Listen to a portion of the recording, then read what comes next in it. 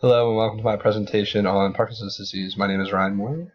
Today we're going to be discussing what Parkinson's disease is, symptoms of Parkinson's, risk factors surrounding Parkinson's, some statistics, management and treatment, as well as a case study with exercise prescription. So first of all, Parkinson's is a neurodegenerative disorder that affects the predominantly dopamine-producing neurons in a specific area of the brain called the substantia nigra. The substantia nigra plays an important role in reward and movement.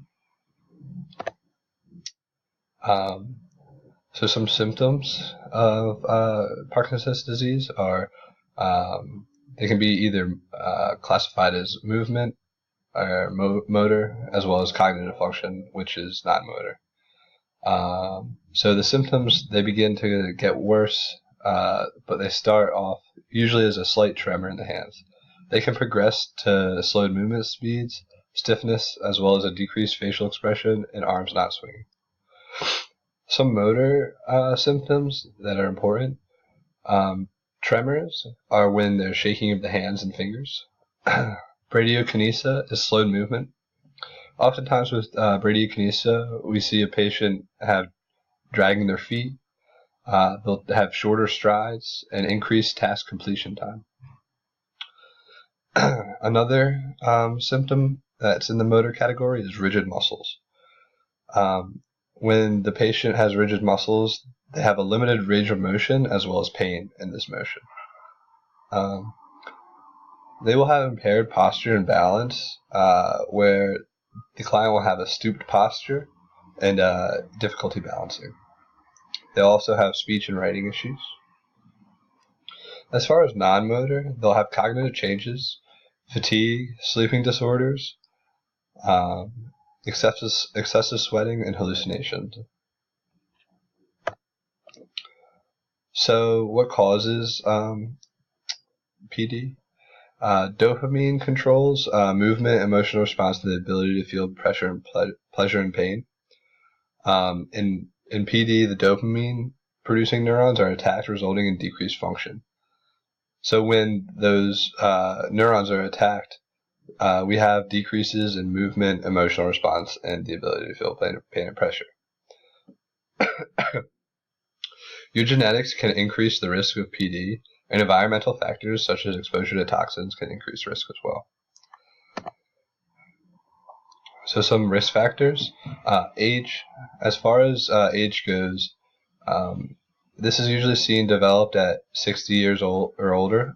It can be hereditary, where having relatives with PD increases chances of getting it. And actually, there's evidence that the more relatives that you have with PD greatly, even more increases your chances of getting it. Men have a higher chance of getting PD. And again, exposure to toxins can cause PD. Some complications that go along with Parkinson's disease.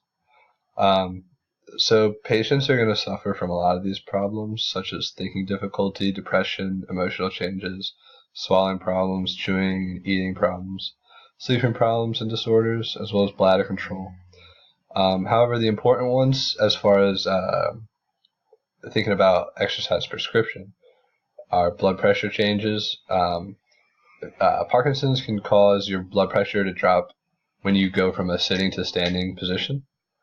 You also suffer from fatigue and loss of energy due to just the sleeping disorders, where people find themselves waking up in the middle of the night, as well as falling asleep in the middle of the day, and just having difficulty with sleep. And they also have pain due to that muscle stiffness. So, some statistics to go over about Parkinson's. There's 1 million people in the U.S. Who will have Parkinson's disease by the year 2020. There's already there's 60,000 people in the U.S. diagnosed every single year. We see about 10 million cases worldwide of Parkinson's. In the U.S., the combined direct and indirect cost of treatment, Social Security, and loss of income is about $25 billion. Medication costs around $2,500 a year, and the alternative to medication is surgery, which can cost up to $100,000. So Parkinson's is a disease that cannot be cured. However, treatment and medication can control the symptoms. Medications are personalized depending on the symptoms, and there are medications that can either help with dopamine absorption, or they can create synthesized dopamine. It just depends on the symptoms from person to person as to what kind of medication they're going to use. Levodopa controls the symptoms of slowed movement and stiff, rigid body parts. This is one of the medications that increases the dopamine production and absorption. One of the most important parts of Parkinson's is lifestyle changes, as an increased aerobic exercise can show great benefits, as well as physical therapy focused on stretching and balance. Speech-language therapy may also be used to help improve speech problems.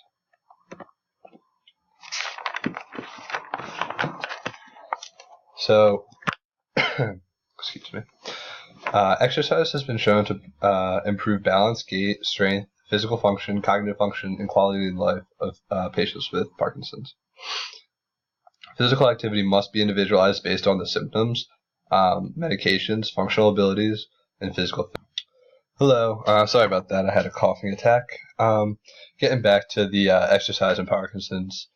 Some special considerations when dealing with exercise prescription. These patients, they're going to have difficulty with movement, so we have to be sure that if they can't move, we can do exercises either from a chair or with a very controlled environment. This goes along with they're going to have difficulty with balance, posture, and falls, so they can fall. So they're going to need to use handles, or at least have a spotter if doing anything complicated, if they do try that. They're going to have muscle stiffness due to the muscles becoming more rigid.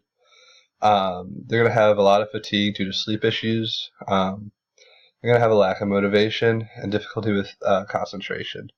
The sleep issues, they can fall asleep during the day, and they can have issues sleeping at night. So that fatigue, lack of motivation, and difficulty with concentration are all related to that. So looking at the FIT principles, for frequency, for aerobic activity, we're looking at about 3 to 5 days a week of mild to moderate exercise, around 30-minute sessions, and we're going to have continuous or large muscle group activities.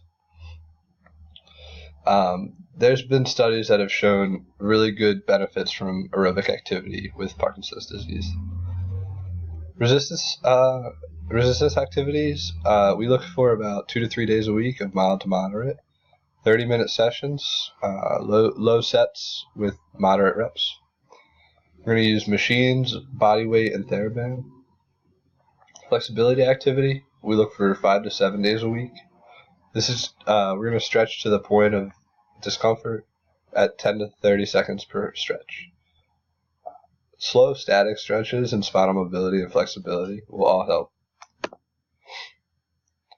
So we're going to look at a case study. We're looking at a 67-year-old female.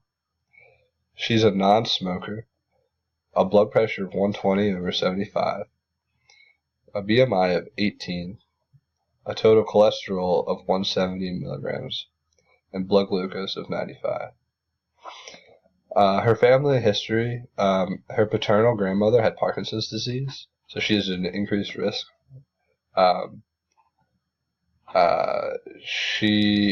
For her lifestyle, she goes on morning walks for about half a mile every day. She helps out at her church and cooks at home. Other than that, she is fairly sedentary in her free time. Her medications are, she's on Levodopa to control her Parkinson's disease. So as far as her exercise prescription goes, we're going to look to get her 3 to 5 days a week of light cardiovascular training. So this could be 30 minutes of walking 5 times a day. That would help her meet her goals. We're going to look at 2 to 3 days a week of light resistance training, 30 to 45 minutes of machine and TheraBand resistance training, preferably in a PT office, so it can be controlled and supervised.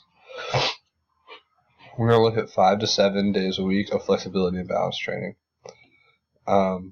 This is going to be 10 to 20 minutes of 30-second holds in the major muscle groups to improve that range of motion. So again, going back, we got to be cautious with movement, balance, posture, muscle stiffness, fatigue, lack of motivation, difficulty with concentration when thinking about all this. Here are my citations, Parkinson's.org, MayoClinic.org, and the National Institute of Aging .gov. Thank you very much, and I hope you enjoyed my PowerPoint presentation.